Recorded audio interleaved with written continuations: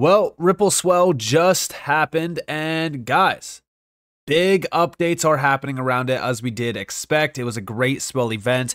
Ripple Swell is always one of the biggest crypto events in the space, and if you're not focused on it, I'm telling you guys, you are missing out on a ton of information because it is basically a banking conference held by a blockchain-based company. So with that being said, welcome to the channel, everyone. My name is Nick. For those that are new to the channel, hopefully by the end of this video, you do become a subscriber.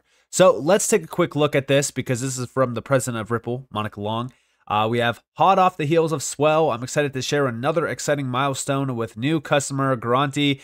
Ripple custody is continuing to grow and scale, proving its power as the go-to digital asset custody solution for banks around the world. And this is actually very exciting. Listen, this is a very big bank. Garanti, BBVA, they're leveraging Ripple custody and IBM to bring the highest security and performance to its growing crypto trading platform. The banks are here. The banks have been here, and the banks are now going all in on crypto tech. And if we actually go over here, we have Garanti BBVA collaborates with Ripple and IBM to enhance the performance and security of its growing digital platform.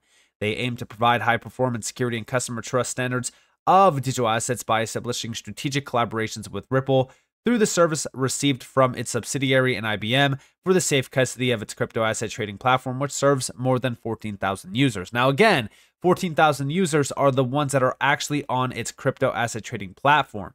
Right now, adoption around crypto is still pretty slow. I expect a lot of these numbers to actually grow significantly over time. But this is one bank that is now onboarding their users to its crypto asset trading platform. I expect almost every single bank to have a crypto asset trading platform as well, built within its banking apps, because again, it just makes sense. But we also have, they collaborated with Ripple and IBM to provide a secure environment for its crypto asset trading platform. Following a successful pilot in 2023, nobody even knew about this, the bank is now rolling out the service to its entire customer base, leveraging technology collaborations to continue to deliver the highest standards of performance, security, and also customer trust. They actually enabled, this is Ripple custody and IBM, they enabled the bank to securely build, deploy, and manage institutional-grade key management infrastructure with end-to-end security to protect private keys, applications, and data. And just a few quotes here. So, CEO and member of the board at this bank said, "We've seen clear demand and growing interest from our customers in digital assets. In order to respond to this demand, we launched our Garanti BBVA digital assets company in 2023 and currently provide services for Bitcoin, Ethereum, USDC, Avalanche, CHZ, XRP, Arbitrum, and Solana. The number of our customers who prefer to transfer and store their crypto assets is increasing daily. We will continue to scale by increasing our asset diversity and developing our service infrastructure. Our collaboration with Ripple and IBM gives us the confidence of institutional-grade custody infrastructure, which offers safety, robust governance, and compliant processes. Digital assets are increasing day by day, and they need to be managed on a highly secure platform that complies with regulations." And this is actually with IBM's Linux One. It will actually provide them with a high level of security standards and sustainable environment, leveraging IBM's expertise in digital asset custody domain. I just think that this is going to be so big. Like, as we really kind of start to see banks onboarding crypto to their users, the mass adoption of crypto is going to accelerate so fast. So fast. And custody is a crucial piece of this, especially as we do start to see tokenization in the digital economy become a reality. Now, if we actually go over here, we have the credibility you earn is the asset you must preserve. Again, these were the players that were actually at Ripple Swell. This is former PayPal digital currency CFO and Ripple CFO discussing building a sustainable blockchain business, managing risk, and the future of tokenization and stablecoins. Now, outside of this, just one person there, right? We also have a few video clips. This one is actually from Societe Generale. Global banks are evolving to meet the demands of custody and security. Check this out. There is a legacy of trust that we've been able to build and establish with customers. And you need to have trust. You need to trust your parties, whether it be your technology providers, whether it be your custodians. You know, that's what we're definitely seeing, is that customers want to be able to have responsible parties that they can interact with, that they can have that established trust. Most institutions' assets are in traditional finance today, and you want to have the experience where you can see all of your assets in one place and have that seamless experience. And the best way to make sure that you can trust crypto, the best way to onboard trust into crypto as well, is technically by having the banks be the ones that are the gatekeepers. And that's already happening. Now, do I support this? Do I like that? Absolutely not. I don't. But it's happening. Ever since BlackRock and Fidelity and all these big players started to announce, hey, guess what? We want ETFs, we want this. All of a sudden, all of the big banks cannot stop talking about crypto. They are now pushing crypto, and they want to push crypto to their clientele as well. It's only a matter of time until every single bank in the world has adopted and is now pushing crypto. Now, also over here, we have the demand is absolutely there for banks that can show up from a product and compliance first perspective. This is actually from Lead Bank. And we have on day 2 at Ripple Swell, bank leaders discuss the rise of crypto-centric banking in the US and how they're transforming traditional banking by integrating crypto services and meeting evolving customer needs. Again, everyone will soon be using crypto in some way, shape, or form. I just don't see how that isn't the overall destination that we're headed towards. But check this out. I think right now you see this dichotomy of crypto for the crypto world and crypto for the real world. And I think that that's where I really see a future in terms of the use cases. And the use cases that resonate are not only on the investment side, but also the really human use cases and how you can unblock access to financial services for people that have been traditionally kept out of those on a global basis. And that's where I think banks that can show up from like a product and compliance first perspective, the demand is absolutely there. And I think that that's how crypto can be incredibly impactful across multiple domains. And, again, as we think about what's going on right now, crypto has already infiltrated traditional finance, or I should say even traditional financial players like BlackRock have already infiltrated crypto in such a large way. This is no longer a game of, oh, I believe that crypto will be big. No, like these players are now making crypto a legitimate asset class, and it's accelerating the push towards regulations. And once regulations are in place, every single bank's lined up immediately. Now, also, check this out. This is actually the president of Ripple, Monica Long, sitting with former chair of the FDIC.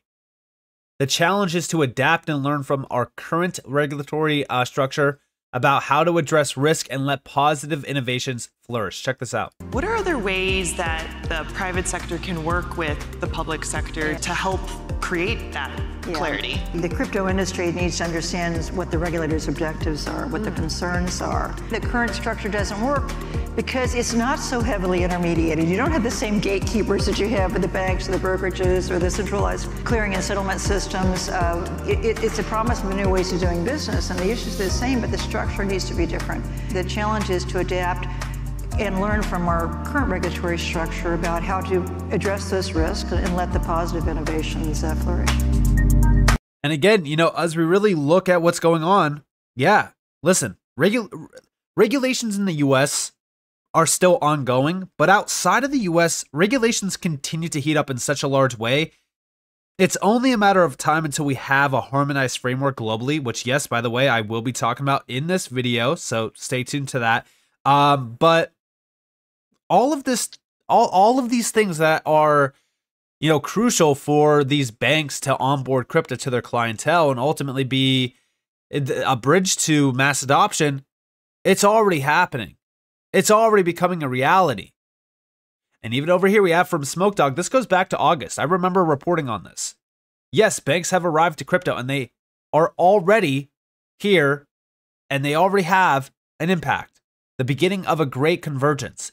We are about to witness the convergence of cryptocurrencies and traditional finance in a major way. And yeah, here you have it. Banks are here, ready to have an impact. If you look at this, this is the beginning of a great collaboration. Convergence of crypto and traditional finance is underway. Yeah, it is. Listen, the tokenized economy, tokenization, everything that we've been talking about around tokenization, that's also becoming a reality. I mean, everything around you will be tokenized on chain. And a lot of the major moves that are going to be made around that are going to be from the traditional players in crypto that are here, that are starting to build, that are starting to push forward. It's adapt or die, right? It's adapt or die, and the banks are here already adapting. And what's crazy is I said this back in July of 2023. This was a report from Citi. This is before BlackRock had the ETFs. This is before everyone knew that the banks were, going crazy about crypto. This was a report on the next billion users and trillions in value. The key to mass adoption. Okay? And if you actually look at this, they were talking about making crypto a back-end infrastructure technology.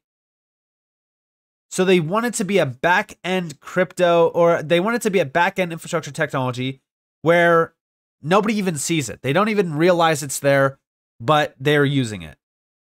Now they're talking about doing this through gaming, CBDCs, tokenized assets, or even social media. But even over here, we have a breakdown of how they get there. They're even talking about the legal plumbing, how it needs to be altered. But this will provide a whole new set of rails for global commerce and finance to run on. Literally telling you that new rails are on its way. This is Citi, one of the largest banks out there. Although we think mass adoption could still be 6 to 8 years away, momentum on adoption has positively shifted as governments, large institutions, and corporations have moved from investigating the benefits of tokenization to trials and proofs of concept. And remember that these big players moving in on crypto, starting to push it heavily, accelerate the mass adoption timeframe.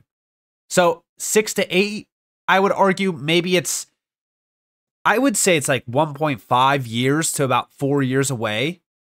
My overall estimate on that. And that's a lot, quicker than most people perceive mass adoption to become a reality. I think a lot of these timeframes are inaccurate. And also, talking about regulations, Smoke Dog is now sounding the alarm on the FSB report. Remember when I told you guys about this back in July of 2023? Remember, this was the FSB report. I even said the Ripple and the SEC case, everyone's talking about it.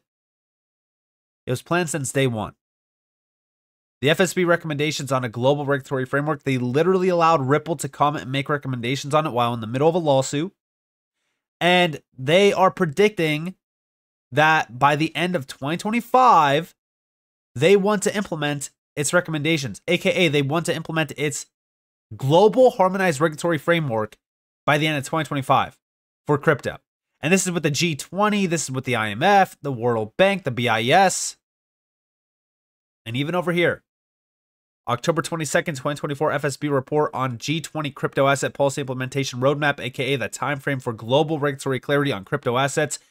The FSB is an international body that monitors and makes recommendations on the global financial system.